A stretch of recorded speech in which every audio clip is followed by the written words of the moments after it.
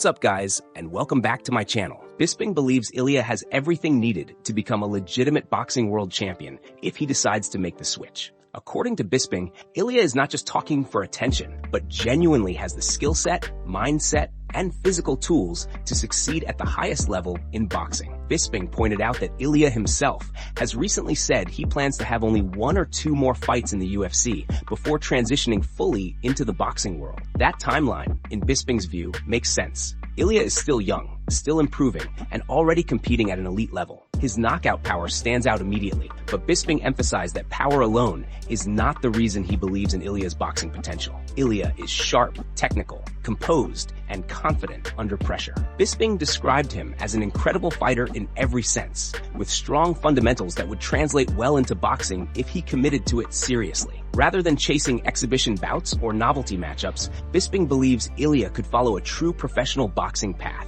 developing his record the right way and gradually climbing toward a world title. He made it clear that this would be very different from what Conor did with his one-off money fight, or what some MMA fighters have done by stepping into crossover bouts against names like Jake Paul. Bisping also referenced how other fighters have taken part in promotional boxing events or influencer-style matchups, which generate headlines but do not lead to real championships. In contrast, Bisping sees Ilia as someone who could fully dedicate himself to boxing, train like a boxer, and compete against real contenders. With the right team and commitment, Bisping believes Ilia could realistically become a professional boxing world champion. He went even further, suggesting that Ilia has the potential to achieve something extremely rare.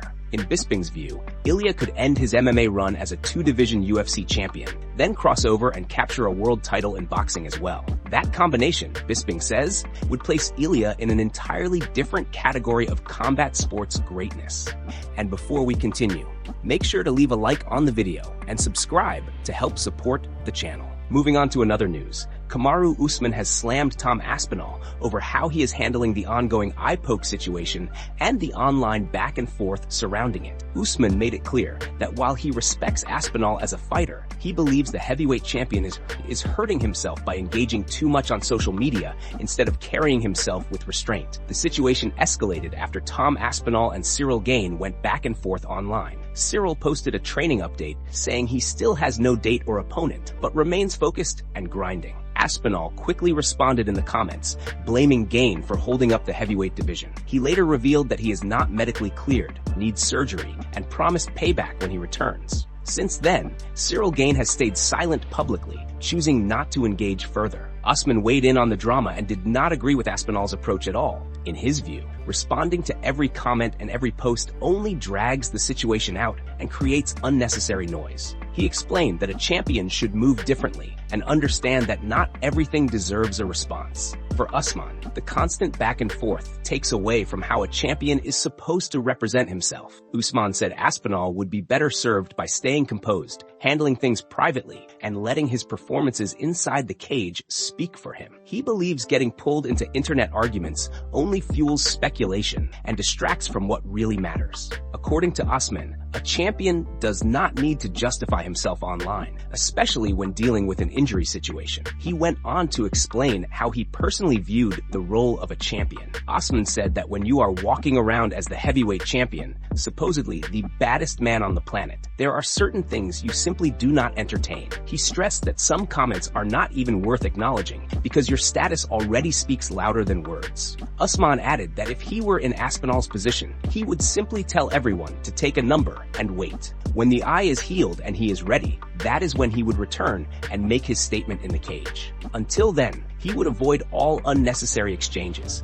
and keep things simple and professional. As it stands, Tom Aspinall and Ciryl Gane are expected to rematch sometime in the spring of 2026, although nothing has been made official yet. For now, the division remains in limbo, and Usman's message is clear. Champions should move with dignity, ignore the noise, and let their actions do the talking when it matters most. Moving on to another news, at 50 years old, Anderson Silva delivered a stunning performance, stopping Tyron Woodley via second-round TKO on the Jake Paul vs. Anthony Joshua card. The finish sent shockwaves through the arena and reminded everyone that the Spider still has plenty left in the tank. Silva looked sharp, composed, and confident before closing the show in emphatic fashion. Immediately after the fight, Anderson Silva grabbed the microphone and issued a bold call-out. He referenced his Spider nickname and said his venom is Chris Weidman. Silva acknowledged that Weidman is dealing with an arm injury, but made it clear he is willing to wait until he is healthy. Silva said he wants to put on a show and prove how former UFC fighters can still perform at a high level in boxing, even later in their careers. Chris Weidman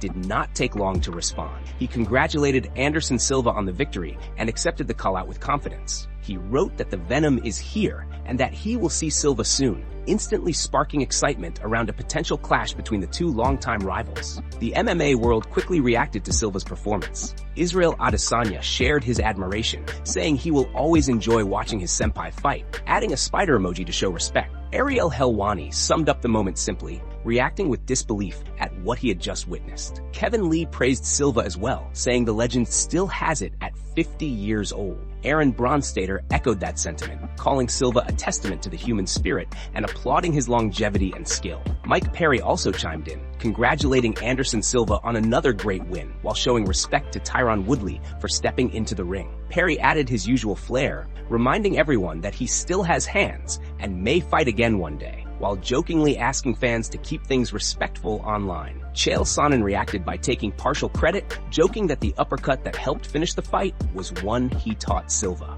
Nate Diaz also showed love, giving a simple shout-out to Anderson Silva. Alan Juban broke down the finishing sequence, pointing out how Silva tapped his ankle before throwing the uppercut that started the end. Juban said Silva used to do that move in the gym, that he stole it once for a UFC fight, and now Silva has pulled it off again at 50 years old. The reactions kept pouring in, with many saying Woodley was not ready for that moment. One thing was clear by the end of the night. Anderson Silva once again reminded the world why he is considered one of the greatest of all time. Moving on to another news. Jorge Masvidal has weighed in on the lightweight title picture and made it clear he believes Arman should already be fighting for the belt. Masvidal was reacting to recent comments from Dana White, who said Arman needs to work his way back into title contention. While Masvidal understands the promoter's frustration, he strongly disagrees with keeping Arman away from the top spot for too long. Masvidal said he would personally like to see Ilia matched up against Arman for the interim lightweight title. He acknowledged that Dana White runs the company and has already said Arman is in timeout and needs to do more.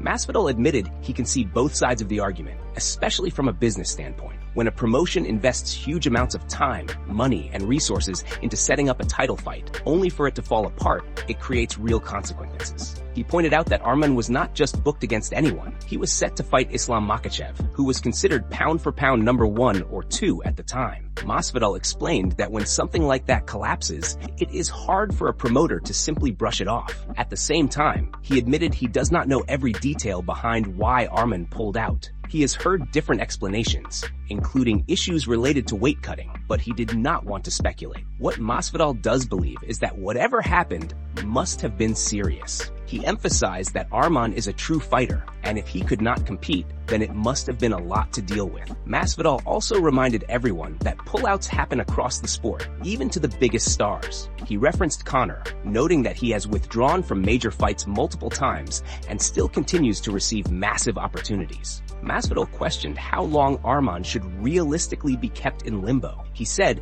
he wants to see Arman fighting the best in the world, and right now, that means Ilia. While he understands Dana White wanting to discipline Arman to send a message, Masvidal feels the punishment should not drag on endlessly. Many fighters have missed key moments and later earned their way back into title fights. He added that Arman should clearly be ranked above Justin Gaethje and Paddy Pimblett in the title conversation. Since Arman does not have that opportunity yet, Masvidal believes the solution is simple. Arman should go out, face another top 5 opponent, and make an undeniable statement. In Masvidal's view, nobody at lightweight can beat him. Once he does that, not even Dana White could deny him a title shot. Masvidal finished by saying the fight everyone should be looking toward in 2026 is Arman versus Ilia. In his eyes, those are the 2 best lightweights in the world right now, and that matchup is inevitable. Moving on to another news, Anthony Joshua scored a 6th-round knockout over Jake Paul in a fight that had fans buzzing across social media. Immediately after the bout,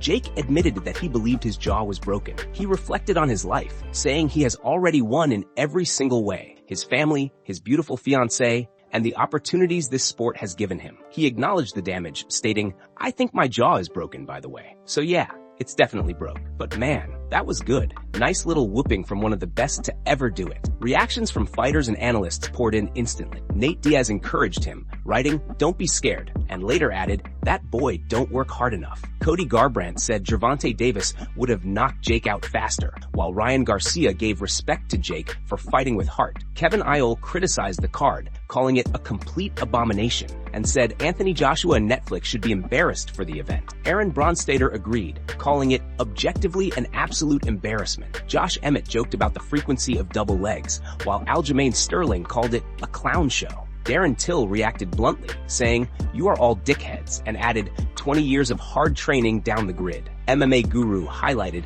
that Jake took heavy KO shots from Joshua and didn't get knocked out cold. He noted that Jake fought cautiously on the back foot, stalling the fight at times, but managing to survive and show resilience. Despite the finish, some fighters suggested the fight appeared rigged. Corey Anderson admitted respect for Jake's grind, but hinted at potential manipulation. Ayman Zahabi questioned how Joshua, an accomplished boxer, didn't cut off the ring earlier and speculated about an agreement on which round Jake would go down. Alan Juban shared his mixed feelings, explaining that while the performance wasn't perfect, the plan to hurt and pin Jake down ultimately succeeded. Juban added that Joshua didn't throw a single straight right for 6 rounds and struggled to corner Jake, who was constantly moving. He noted the knockdown moment, where Jake, even concussed, looked at his brother and acknowledged the shot. Juban praised both fighters for their performance and the money they made, estimating they each earned around $90 million.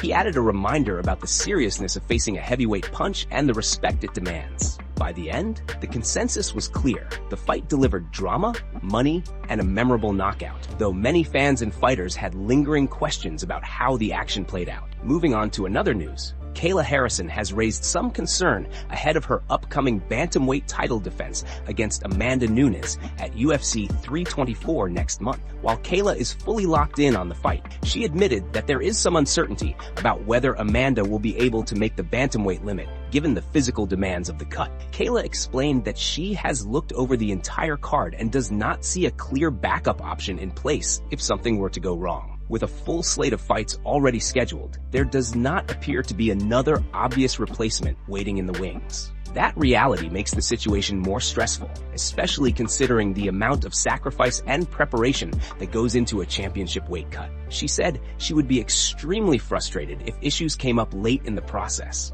especially knowing how hard both fighters have to push their bodies to get close to the limit. Still, Kayla made it very clear that if Amanda were to miss weight, she would not walk away from the fight. In her view, the bout would still go on, regardless of the number on the scale. Kayla emphasized that even if Amanda comes in overweight, only one person would be walking out as the champion, and that would still be her. She stated confidently that she would fight Amanda at whatever weight she shows up at, without hesitation. For Kayla, the belt and her legacy are not dependent on technicalities. When pressed on whether there should be a limit to how much weight she would allow Amanda to miss, Kayla doubled down on her stance. She said there is no limit and made it clear that she is ready for the challenge under any circumstances. That mindset reflects the confidence she has in her abilities and preparation. Kayla went on to explain that when you are truly the best in the world, the conditions do not matter. She believes greatness is about showing up, no matter the situation, and proving it when it counts.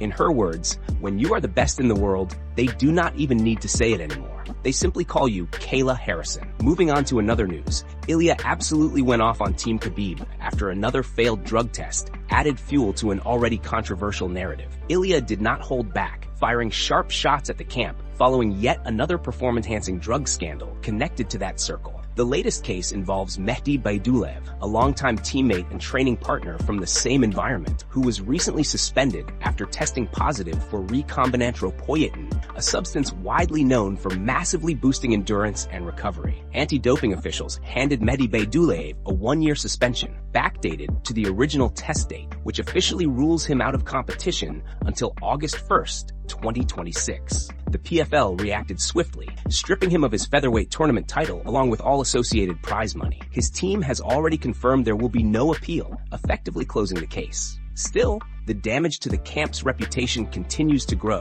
especially as this incident adds to a longer list of doping controversies connected to Khabib's wider circle. Those past issues include the suspension of Usman Nurmagomedov back in 2023, which many fans still remember clearly. With that context in mind, Ilia was asked about recent comments from Islam Makhachev, who had downplayed Ilia and accused him of avoiding a matchup with Arman. Instead of addressing the matchup talk directly, Ilia flipped the narrative entirely during an interview with Georgian Setanta Sports, pointing straight at the repeated PED issues surrounding that camp. Ilia made it clear that after stepping away from fighting for a few months, he has no interest in engaging with a team that keeps appearing in drug-related headlines. He explained that what he genuinely respects about Khabib is his silence and discipline, noting that Khabib rarely takes shots at anyone despite being constantly talked about. According to Ilia, the moment Islam is mentioned, a wave of relatives and teammates suddenly jump in, creating noise that Ilia finds uninteresting and repetitive. He went further, criticizing what he described as aggressive and emotional behavior, linking it to past steroid suspensions within the group.